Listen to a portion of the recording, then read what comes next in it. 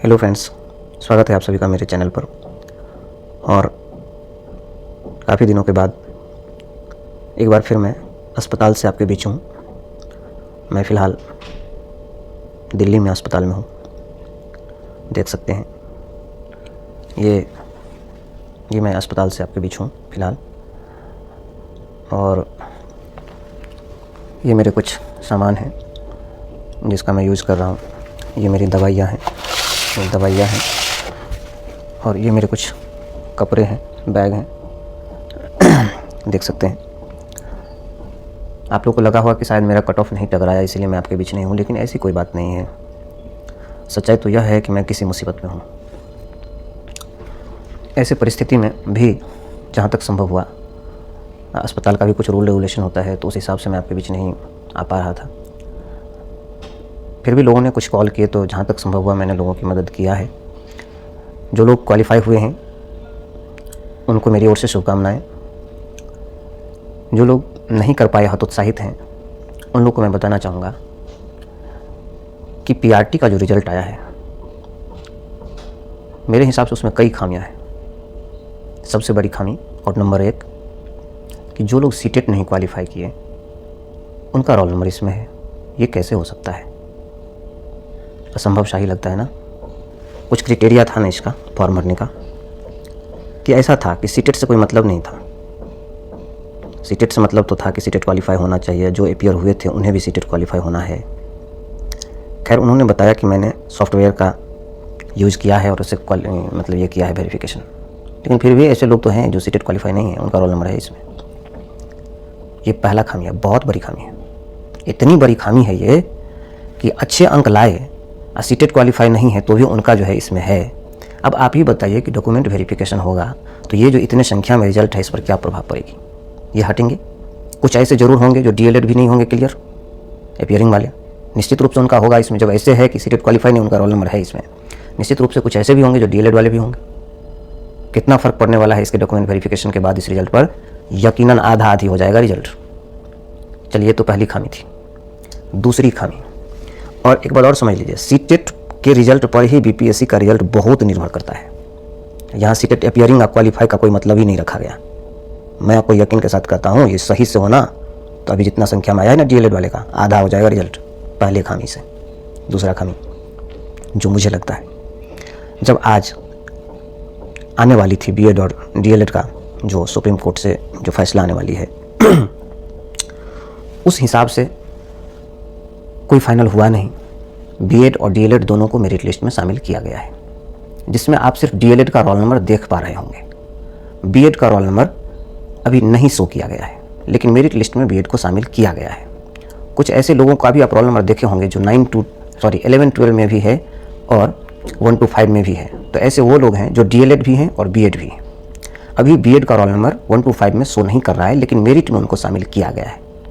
अब डीएलएड वाले ये सोच रहे होंगे कि जब डीएलएड के लिए बात थी तो बीएड को क्यों शामिल किया गया और ऐसे मेरिट क्यों बनाई गई।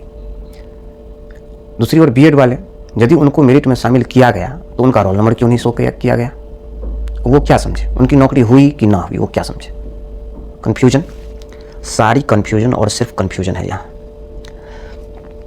तो अगर बीएड वाले को माननीय सुप्रीम कोर्ट से मिल जाती है मान्यता कि वो रहेंगे इसमें, तो उनका भी रोल नंबर प्रदर्शित किया जाएगा।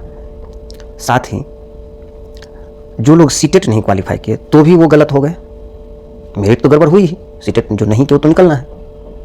अगली बात, बीएड वाले इसीलिए परेशान है कि उनका कहता है कि मेरिट में शामिल है, रोल नंबर दिख ही नहीं रहा है। क्या तरीका है? इस रिजल्ट का क्या मतलब नहीं समझे हम लोग। चलिए, अगर बीएड वाले को जीत नहीं मिलती है तो उस केस में तो पूरा मेरिट लिस्ट ही बदलेगा ना। जितना बीएड वाले लोग आए उस जगह पर डीएलएड वाले आएंगे। हाँ, इस डीएलएड वाले में से वो लोग रहेंगे जो जेन्युइन हैं, जो सीटेट क्वालिफाइड हैं, जो डीएलएड क्वालिफाइड हैं, वो लोग रहेंगे। और जो सीटेट नहीं, डीएलएड नहीं, वो तो हटेंगे फिर इसमें से। अब आते हैं थोड़ा देर के लिए हम, ये दूसरी खामी थी कि बीएड डीएलएड दोनों मिला के रिजल्ट है, मेरिट है, पर रिजल्ट शो हो रहा है डीएलएड का, बीएड का नहीं हो रहा है। अगला हम बात करते हैं जो तीसरी खामी है। अब महाझंझट है ये खामी।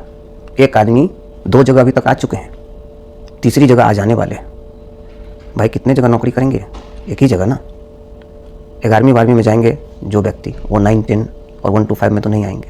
उनका रिजल्ट 9, 10 में भी आ सकता है। 1 to 5 में आ गया है कई भाइयों का, 11, 12 में भी आ गया है।